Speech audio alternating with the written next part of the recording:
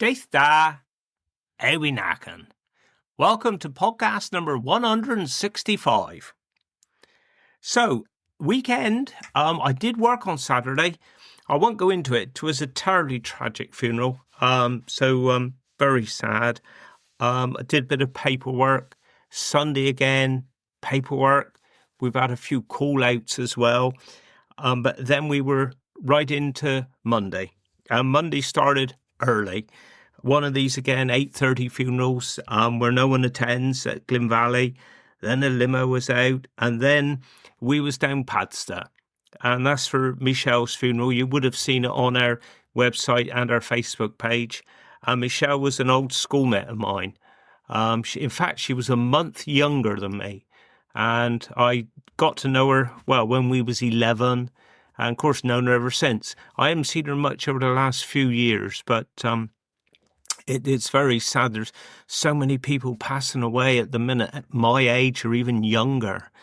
And we had a booty service, a lovely service down Padstow for her.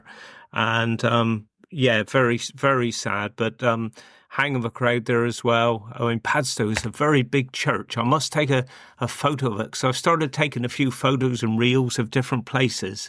And I must do a few of the inside of Padstow Church. It's quite impressive. But very sad day as we said goodbye to Michelle. Oh, there goes my phone. Sorry about that. And then in the afternoon, completely opposite, really. A nice little intimate service in our chapel with just a few there, but it was a lovely service. And then a bit of paperwork, and that was pretty much my day on Monday. Tuesday again, early start at 8:30. And then it's been a funny week this week because I've had, how shall I explain, involved funerals that have taken up at least all of the day, if not spread over different days sort of thing. What I'm trying to say is that Tuesday, we had a private cremation in the morning for Bill. Lovely chap Bill was. And then in the afternoon, a memorial service for him at St. Enodoc Church. And I did put a reel of a few photographs of the location of the church. I realised afterwards I didn't actually take any photos of the church itself. So I got it where you're looking at Bray Hill, you're looking out Damer out to sea, and I forgot to take any of the church itself, which I have done before, I think, and I will do again. And for those of you that aren't from round here, that don't know what I'm talking about when I say St. Enodoc, it's a beautiful church in sand dunes near Damer Bay, one of my favourite beaches. And I might if you look back to one of my first podcasts, which was, I think, called The Death of a Poet, I think it was called. Well, that was Sir John Betjeman's funeral, and I am listening to it. I must listen to it again, but I think it's there. I talk about the history of St. Enodoc, the fact that it was covered in sand for a long time, and to legally keep it open, the vicar and parishioners had to go through a hole in the roof to have a service, I think at least once a year, to keep the church legally open. But I can always go, into it in more detail in the future. But it's a beautiful setting. But the weather wasn't that good. It wasn't as bad as when we conducted Sir John Betjeman's funeral, but still to him very good. We had a bit of heavy rain, then a bit of drizzle and that. But Bill was a lovely chap. We spoke to him many times over the last few decades, and St. Enodoc Church was full. And he would have loved it. He would have loved it. And then it was quickly back to work, before we whipped out to Indelian. And that was to rest Pat in church overnight, ready for the service next day. And obviously the clocks changed here a couple of weeks ago, so it's getting dark early now. And Indelian, I love Indelian, I really do. Again, I will take photos, but to me, it's quite a plain church inside, but it's got something about it. And it was so atmospheric on Tuesday because it is quite high up and the wind was blowing and howling and we were inside the church, and to hear that wind, it was brilliant. Well, no, it's a funny thing for me to say brilliant, but it was so atmospheric, put it that way. So that's where we were there. And then we went back the following day for Pat's funeral. Pat, we've had so many dealings with her over the years as well. And, well, luckily we put so many extra chairs out because we needed them. Lovely lady and a lovely service. And then on Thursday, we then had Pat's committal at the crematorium. So that was kind of spread over 3 days. But this is getting a little bit more popular now because it does give families then the chance to go to the wake straight after the service, rather, because, I mean, Glyn Valley from Endellion, or I should say St. Endellion, from St. Endellion is about 45 minutes away. So you can imagine by the time the family have left the church to go to the crematorium, to get back to the wake, or shall I say reception? I don't think wake is really the right word, but you know what I mean, the reception after the funeral. A lot of the people would have gone. So by doing it this way, the family can then go and meet up with all the friends, and then the committal was the next day, which is a much more relaxed affair. So we had that today, and also then John's funeral as well, which was another lovely attended funeral there at the crematorium. And then in the afternoon, we had Julie's funeral. And Julie, she would have loved it. The people there, obviously Julie and her husband were so involved with the running there in Bodmin, Beast of Bodmin and everything. And she did do a bit of running, and there were so many runners there that I've run with, it, like in the London Marathon and that. And I think she would have been overwhelmed with the number of people there today at her funeral service, and so young as well. Another one, like I said, Michelle, even younger than me, Julie, very sad. So that quickly is pretty much my week. I say we've had a few calls. It was funny. I went to bed late one night because I was doing work and everything, and I'm on call anyway. And I woke up about 4 o'clock, 4:30, and I wasn't going to go running that day. I thought, at least I got a few more hours in bed. And then about 5 o'clock, I was still awake, and then the phone went. And we had to go to one of the hospitals here locally. So, yeah, we've had a few calls. We had an interesting call yesterday at St. Tudy, where we was advised, don't come the normal way because 'tis Guy Fawkes night. So we decided we'd go Trevesquite way, which is brilliant. Lovely little quiet road. The trouble was, other people was leaving St. Tudy. They had the same idea, and there was about 10 cars we met. And poor old Andrew was driving. I reckon he had to reverse about half a mile down this country lane. But it was, say, Guy Fawkes night, bonfire night yesterday, which means it was James's birthday. My oldest boy, his birthday yesterday. So happy birthday, mate. Right, well, I think that's all I'm going to say today, because last week I did go on a bit too long, really, and I'll cut it a bit shorter this week. So we move over to part 3 and the final part of my interview with Steve Burrows from Camborne. So in this week, he talks more about perhaps his hobbies, what he did for work after he left the tin mining and that. And so it's a bit more varied than what it was last week. And again, I'm sure you're going to enjoy it. And then I'll speak to you directly with me Cornish bits, me word and me dialect. So over to Steve, here it is. So what happened then after you left the mine then? That's when I went to work for Roach Foods in the bacon factory, like, you know. Ah, right, okay. Yeah. And I was there for about 18 years. Right, a long time. Yes, it was. I did have a 6 or 8 month spell in the factory next door, making anti-embolism stockings and that were surgical stockings, but I didn't really like that, so no. I went back to Roach Foods, but then went on to Tulip Foods. Yes. And I left there 9 years ago. Mm-hmm. 9 years ago this month, actually. The reason why I left, I went to work on my own. Right. I started a small business, which was mobile poultry processing. And when I sort of built up when I was working for Tulip at the time, and I was working on my days off, and I was surprised how much demand I had for it, really. And then when I left, I had massive demand for it, and especially Christmas time doing turkeys and stuff like, Because you come up our way, didn't you, up to the Banburys? Richard Banbury, absolutely, yeah, I did. I worked there for about 4 years, every Christmas, December. I was up there just killing the turkeys for them, like, in the killing room. So I did that, and then, well, I started doing a bit of gardening as well on the side, and I started doing a bit of work for a chap who was a grave digger. Was that down Camborne Way? Camborne Way, yeah. Right. Yeah.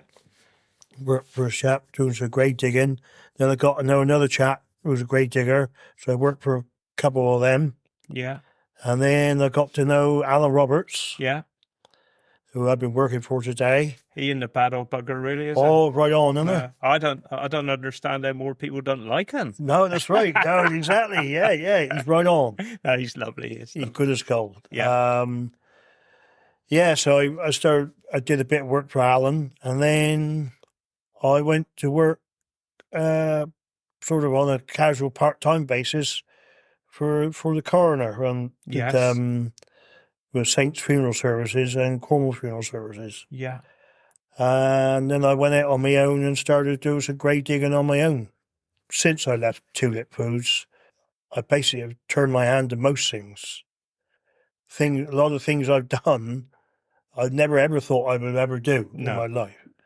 And I basically, nothing against Tulip Foods, but I feel like I wasted 18 years of my life in the factory. If I had known back then what I know now, my life would have been different. Yeah, exactly. Oh, dear. And I'm still doing that up to the present day. Yeah, we'll say you've been with us today. Absolutely, yeah. Yeah, which all went well. It was a nice dry day. Port Philly, yeah. Lovely little spot there. 'Tis handsome, isn't it? Handsome. Yeah. So, hobbies then. I know you did a bit of cycling, didn't you? I did do a bit of cycling years ago, yeah. Yeah, when I sort of started working for myself a bit, that took the back seat and gave it up. I just got so busy with work, I just didn't have time to do it, No. Because not just locally, you went Europe and that, did a bit, didn't you? Yeah, I did, David, yeah. I've been to France, Italy. I went to the Pyrenees a couple of times. In 2010, I seen the Tour de France. Brilliant. When Andy Schleck won the Tour that year. Yeah. But actually, Alberto Contador won it. And then, obviously, he failed a dope test later on, so they handed it to Andy Schleck. Yeah, I've been to the Carnic Alps in Italy, northern Italy. Been there a couple of times. Cycled up the mighty Monte Zongolan, which is absolute killer of a climb. Yeah. And how them boys could race up there, I don't know. No. I don't know how many times I stopped when I was going up. I am scared to admit it, It's No. tough old climb, that was. Italian Alps. Yeah. As well. Cycled up the Passo dello Stelvio. Fishing is another hobby I've done on and off for over the years, Yeah. And music. Music, absolutely, yeah. When did that start then? Actually playing when I was about 25. Right. Oh, a bit late starter, really, then. Well, it was, because I've always been a bit of a slow learner with things like that. And I owned a double bass for 7 or 8 years. And I admit I never had a clue how to play it. No. Didn't know what to do. And I had to have some tuition from a friend of mine. Yeah. He gave me some lessons, and I blooming struggled. But I persisted, and I got it together. And then the guy that taught me, he was learning rhythm guitar at the time. Mm. And I said, how don't we get a band together? He said, all right. And I know another friend of mine, and he was going to play guitar as well. And we got a band together called the Fairmount Flyers. Right. Rock and roll band. Yeah. Yeah, we was quite successful, Yeah. Yeah, we was gigging regular. Yeah. And then I sort of lost enthusiasm for it for a while, and I left the band. And strangely enough, I sold my bass, all my equipment. I didn't think I'd ever play again. No.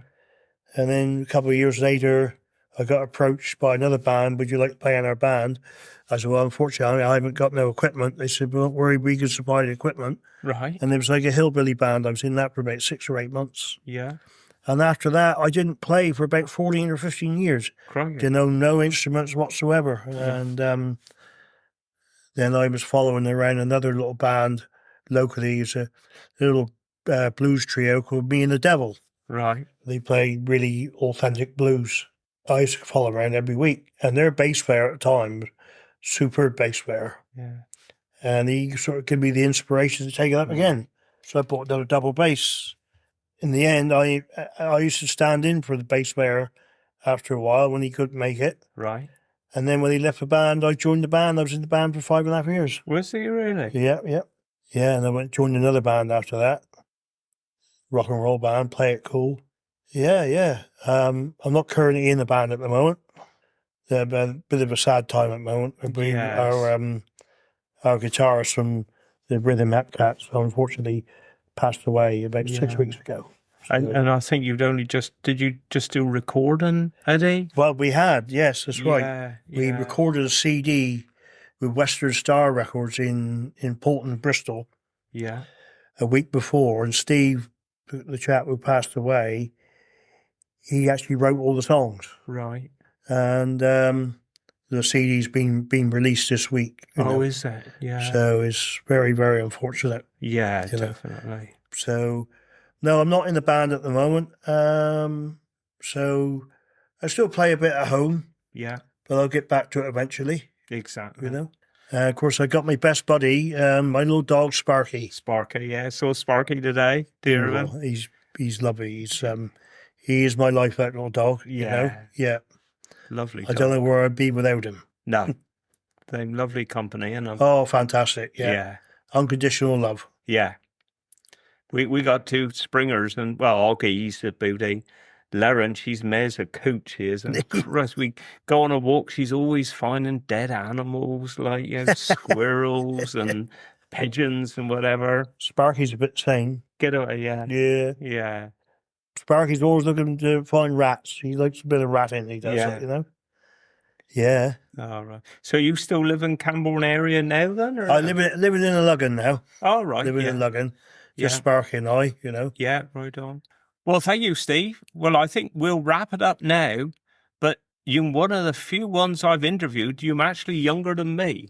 So I think we got scope, like I say to a few of the older ones, for more episodes in the future. All right? Yeah, I am younger, only just, I think. Yeah, there isn't a lot in it. No, because in 2 months' time I'll be 60 anyway, so. Yeah, dear me. Oh, right on. Well, if you want to say goodbye to everybody now. Yeah, goodbye, everybody. Thank you very much for listening, and hope you enjoyed my little stories I've just told, here with David. Proper job. And I will be coming to you for a few more Cornish dialect sayings, because you've got a whole library of them up in that head of yours, haven't you? Oh, yes, that's right. Yeah, I love the old Cornish sayings. I think they're funny, There's brilliant. And unfortunately, all that's dying out, It is, isn't it? And it's nice to keep it alive, Definitely. Although some of them I don't think we'd be able to air on here. Oh, not some of them. No, unfortunately not. No. Oh, Pooty. But that's proper, Right on, mate. Well, thank you again. Thank you, Dave. Proper job. Pooty. Well, thank you, Steve. Proper job. That was brilliant, mate. I think for me, Cornish word of the week, we were speaking about St Enedoc Church there by Damer Bay. And for those of you that don't live locally, if you ever do come here, you want to head for, if you like beaches, you want to head for Damer Bay, Poseth, down to Trevone. I mean, that's our area where I live. And the sand is fantastic sand. Sometimes we'll go abroad on holiday and you're disappointed at the beaches because 'tis nowhere near as good as the sand we've got over here. So I thought I would do, for me word of the week, I would do the Cornish word for beach, which is treth. Treth. So that's what I'll do. And actually, while I'm here, waves is tonneau. I was just looking. Tonneau is waves. Now, if you're into your surfing, in our area, you'd head mainly for Poseth. Damer Bay, Tinsa Wavy. I think they do a bit of windsurfing there, but the actual surf is Poseth. And then you've got Rock as well in between, which is like more for your boating sort of thing. But yeah, you want to Google. If you don't live around here, just Google some of they beaches. I tell you what, they handsome. And then for me Cornish dialect of the week, if you wanted to describe somebody that's perhaps a bit pompous, you would say, they'm puffed up like a bladder of lard. They'm puffed up like a bladder of lard. So there we are. Right, well, there we are. I tell you what, I cut it short at the beginning because I talked too long last week.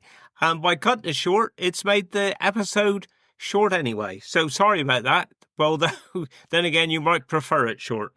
I know I had a couple of friends, they used to go shopping in Wadebridge and then they'd head back to, well, they lived there just outside St. Tootie.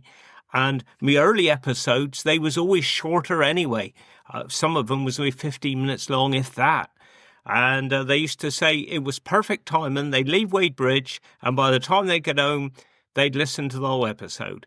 Well, now, lately, they do get a bit longer, but at least this one's a bit shorter, so it should be good for they travelling home back to St. Tootie this week. So there we are. Hopefully I'll see you again next week. Have a good week, won't I? Wish you well. Do get us. Carnabis Vican.